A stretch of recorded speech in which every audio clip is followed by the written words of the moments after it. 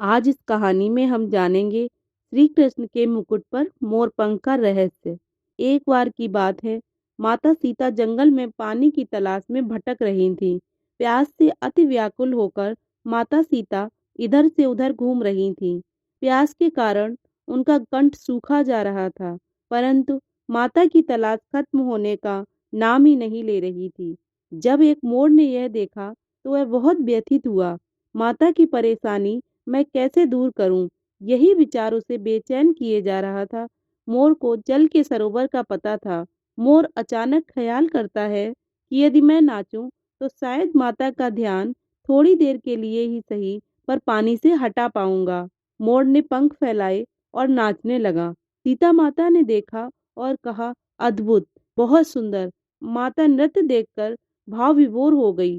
प्यास भूलकर नृत्य में खो गई। मोर बहुत खुश था। मर्यादा पुरुषोत्तम की अर्धांगिनी जगत माता सीता मेरे नृत्य से प्रसन्न हुई और कुछ देर के लिए प्यास की तड़प को भूलकर मुस्कुरा उठी।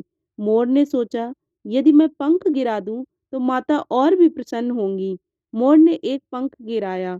माता सीता ने कौतूहलवश पंख उठाया। वाह, सुंदर, अति सुंदर। मोर सरोवर की ओर चलता रहा और पंख गिराता रहा। माँ सीता भी पंख उठाती रहीं और प्यास को भूल इस खेल में मशगूल हो गई। मोर अपनी किस्मत पर नाज कर रहा था कि मैं माँ सीता के कुछ काम आया। अहो भाग्य मेरे, माँ सीता ने अपने हाथों में मेरे पंख उठाए हुए हैं। तभी माता सीता को सामने पानी का सरोवर दिखाई दिया। माँ सरोवर की तरफ दौड़ पड़ी। उनके हाथ से मोर पंख जमीन पर गिर गए और माता सीता उन मोर पंखों को पैरों से कुचलते हुए सरोवर की तरफ बढ़ गईं। मोर यह देख रोने लगा। कुछ देर पहले जो स्वप्न वह देख रहा था, वह छिटक कर बिखर कर जैसे टूट गया हो। मोर विलाप कर ही रहा था कि अचानक वहां माता सीता को खोजते हुए श्री राम आ गए। भगवान ने मोर को विलाप करते देखा, फिर नीचे पड़े माता सीता के पैरों तले कुचले पंखों को देखा तो सारा माजरा समझने में देर न लगी। भगवान श्री राम ने एक एक कर वह पंख उठाए और मोर से निवेदन किया कि आप आंसू मत बहाओ।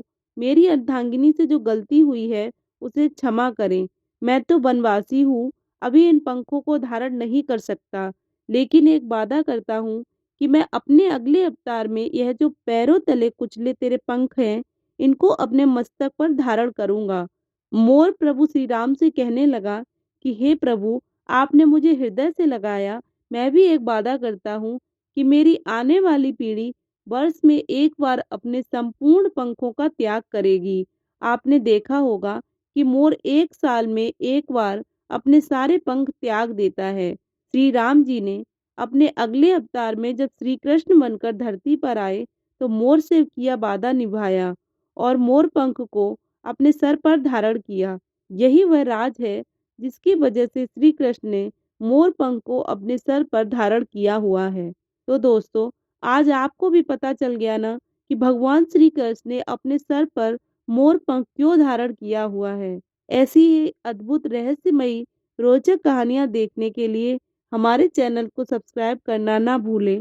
वीडियो अगर पसंद आया हो तो वीडियो को लाइक और शेयर करें और कमेंट करके बताएं ये वीडियो आपको कैसी लगी। धन्यवाद।